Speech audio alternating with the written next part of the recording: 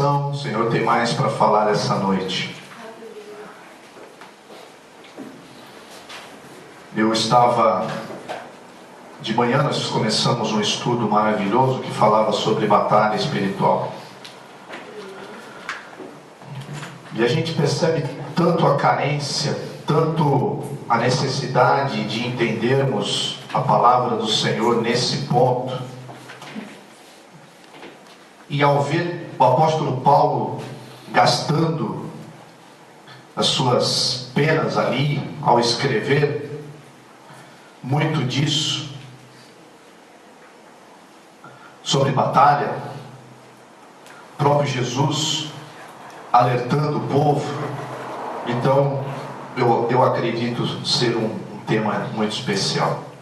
E eu quero falar essa noite. Eu vou pedir para alguém ler Lucas 22, 42, uma outra pessoa ler Mateus 6, 10. Um vai ler Lucas 22, 42, eu peço para se colocar de pé e ler bem alto para que todos ouçam. Lucas 22, verso 42. Outro vai ler Mateus 6, verso 10. Mateus 6, verso 10. Quem achou Lucas 22, 42, por gentileza, se coloque de pé e leia bem alto, para que todos ouçam. Leia devagar e alto. Lucas 22, 42, Novo Testamento. O outro leia Mateus 6, 10. Dizendo: Pai, se queres, passa de mim este cálice. Todavia não se faça a minha vontade, mas a tua. Todavia, não se faça a minha vontade, mas a tua. Guarde isso no seu coração. Obrigado, minha irmã. Amém. Mateus 6:10. Venha o teu reino, seja feita a tua vontade, tanto na terra como no céu. Jesus. Seja feita a tua vontade, assim na terra, como no céu. Poderíamos dizer, como já é feita no céu. Guarde esses versículos no seu coração. Vou ler agora 2 Coríntios. Agora pode ir todo mundo em 2 Coríntios 10, que esse será o texto que nós vamos abordar. 2 Coríntios 10, a partir do 3. 2 Coríntios 10, Aleluia. a partir do 3.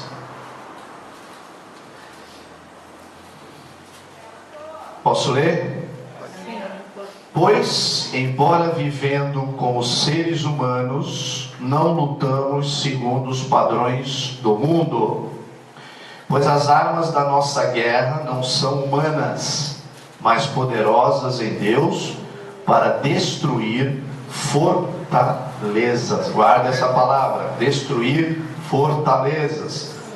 Destruímos raciocínios de toda arrogância que se ergue contra o conhecimento de Deus, levando cativo todo pensamento para que obedeça a Cristo.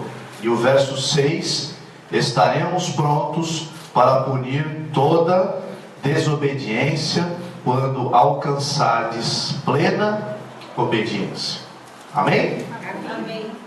Texto que vai falar muito ao nosso coração. Você leu 2 textos antes que falavam de vontade, e eu coloquei aqui um tema: uma batalha pela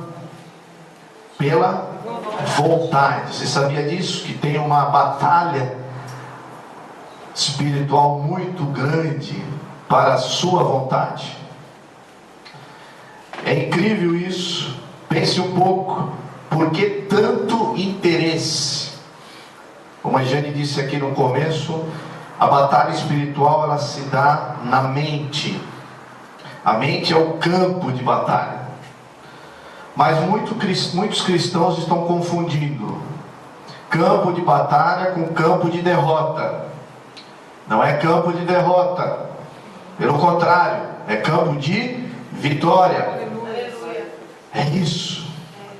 Tem muita gente confundindo, mas há muito interesse sobre a nossa mente. E por que será que a nossa mente tornou um campo de batalha? Por que Paulo se dedica tanto nesses textos? Foi citado aqui, nós vamos ler um pouquinho depois, lá para frente, Efésios 6:10, que é o famoso, conhecido, as armaduras de Deus. Por que há uma dedicação? E a resposta para essas perguntas é tudo sobre o controle da sua vontade. Essa é a resposta. Por que tanta luta? Por que tanta batalha? Por que tantas coisas com a nossa mente? Aqui é uma maquininha. Eu conheci muita gente que fala assim, perde o sono, tem insônia, dizendo assim, a minha cabeça não para de pensar, é o tempo todo, é um turbilhão pensando. Ali está acontecendo uma grande batalha para o controle da sua vontade. E a gente vai discorrer um pouquinho sobre isso. Por quê? Porque quem controlar, preste bem atenção nesse detalhe. Quem controlar a minha vontade vai controlar o meu ser.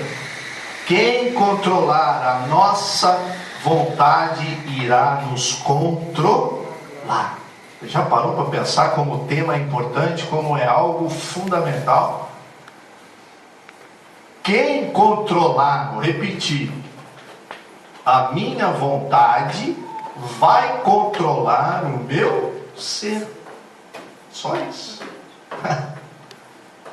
Isso muda a história da vida de muita gente. Quem está no controle da sua vontade? Tente responder isso para você. Quem é que está no controle? Quem que domina as suas vontades?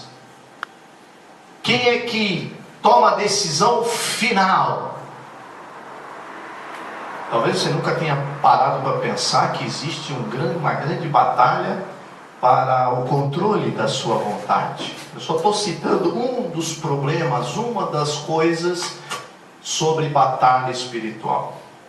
E eu separei sobre a vontade. Vontade, há uma luta muito grande do inimigo em controlar a sua vontade. Em Romanos 6,16, diz em outras palavras assim: ou vocês não sabem a quem vocês obedecem, a estes serão servos, serão escravos.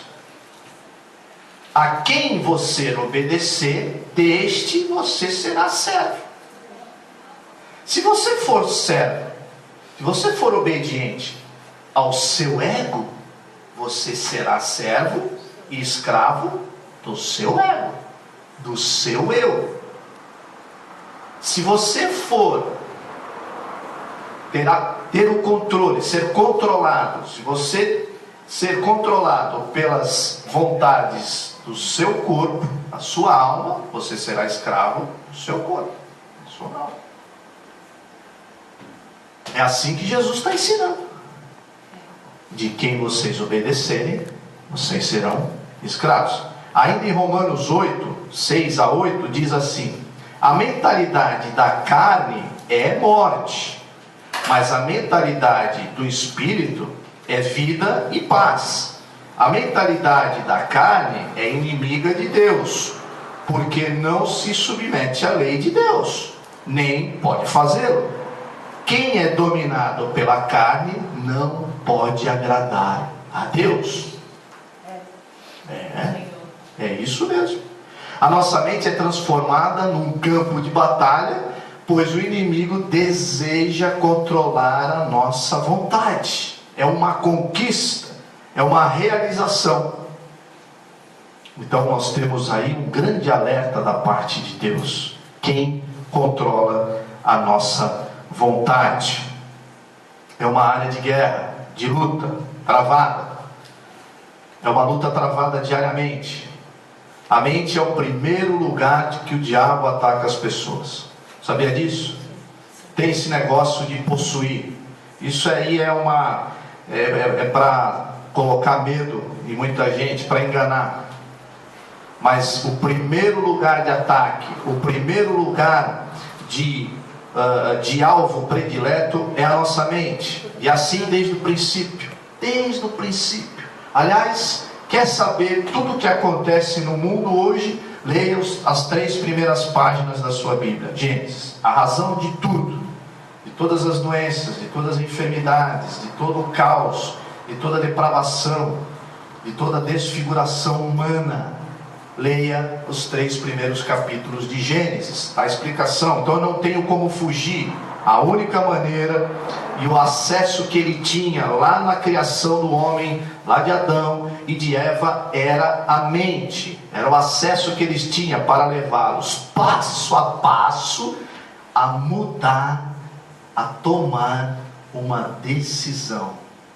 Foi assim que Lúcifer foi trabalhando na mente de Adão e de Eva. Ele foi trabalhando passo a passo, dizendo que aquela árvore, você pode imaginar, um fruto que nem venenoso é, que mal teria, que tal experimentar?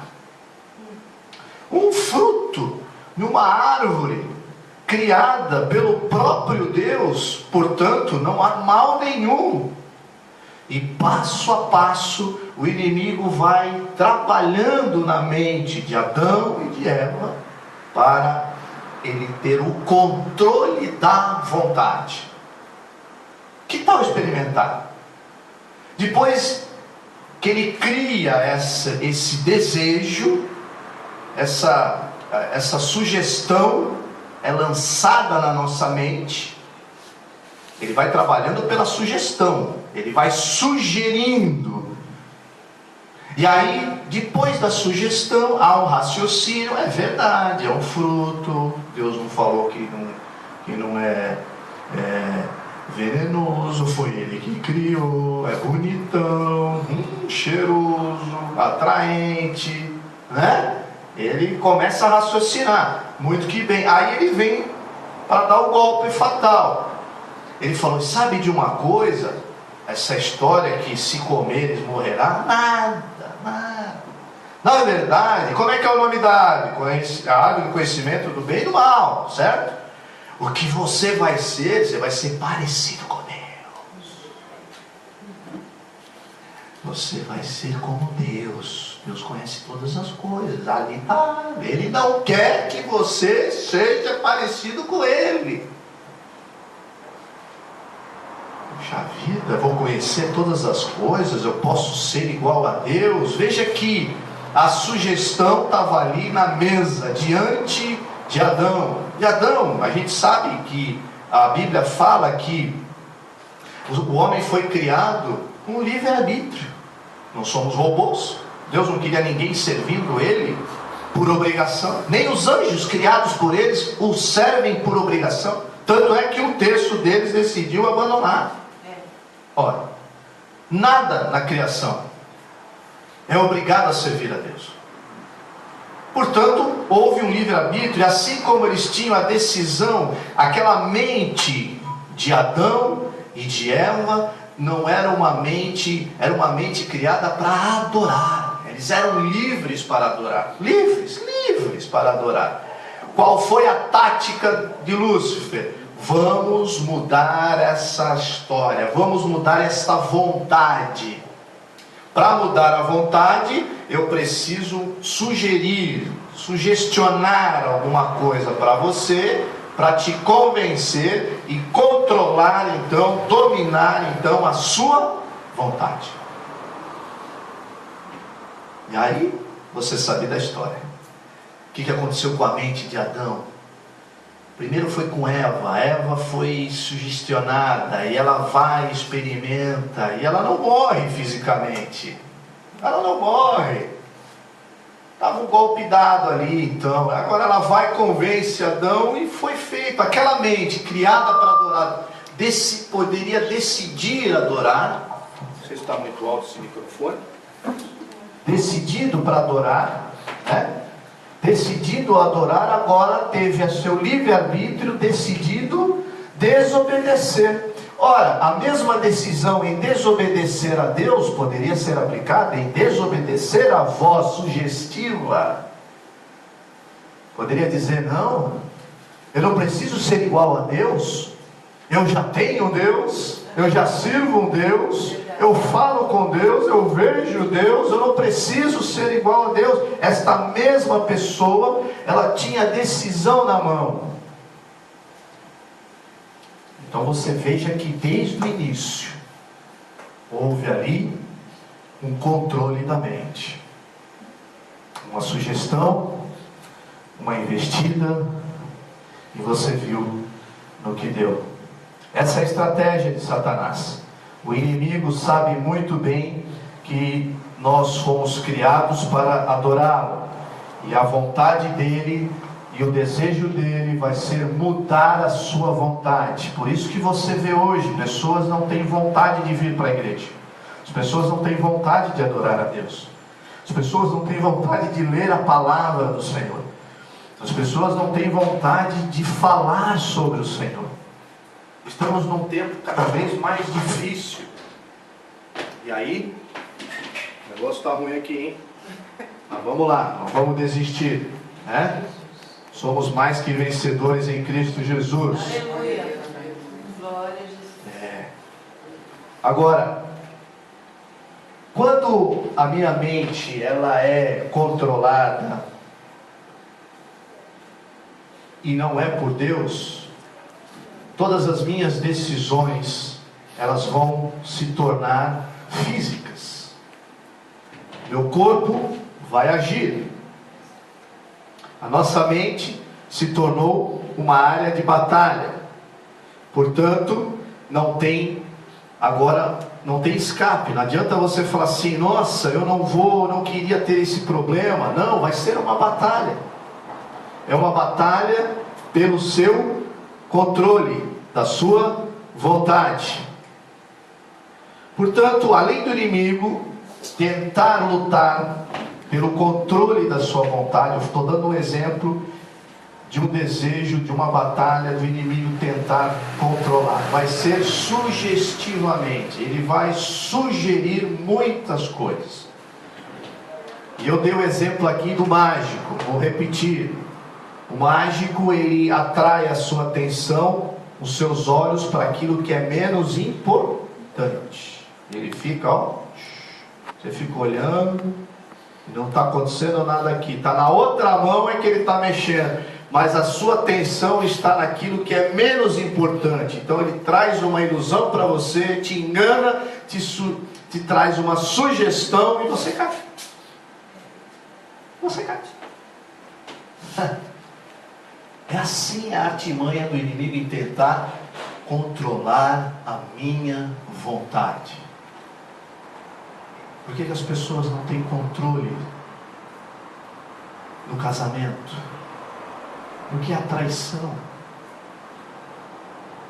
Por que há tantas brigas? Entra um outro ponto importante aí: o seu ego. O seu ego passa a ter controle da sua vontade.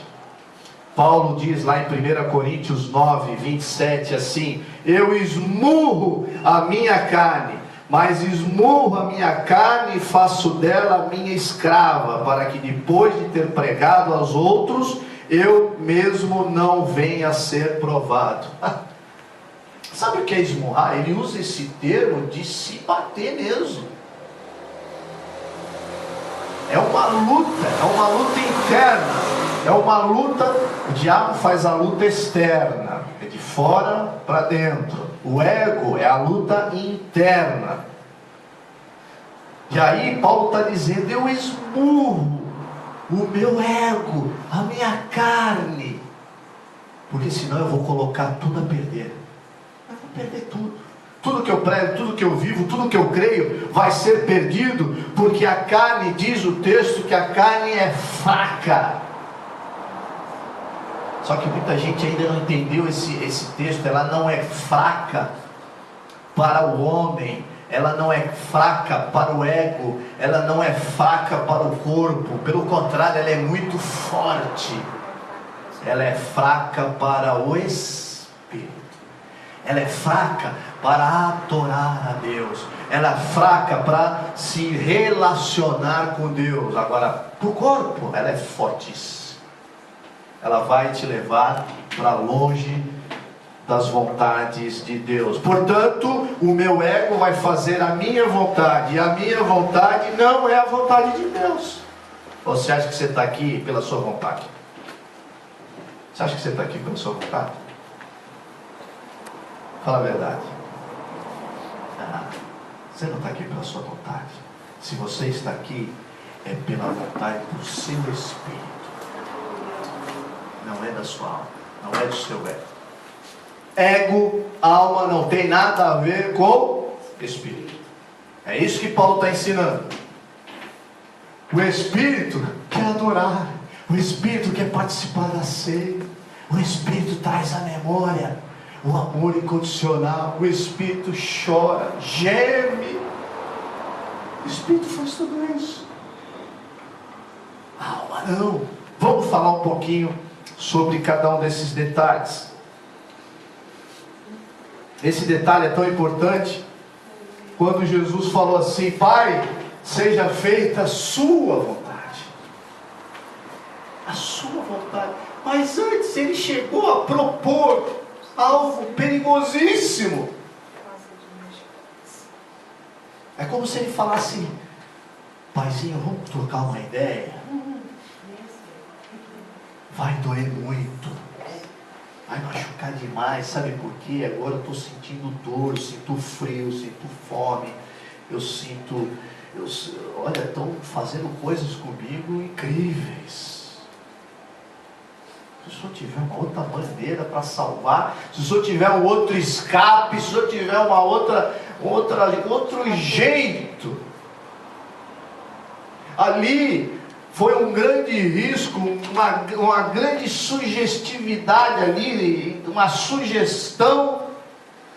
Tudo que o inimigo queria ouvir era aquela frase, aquele clamor: tem outro jeito.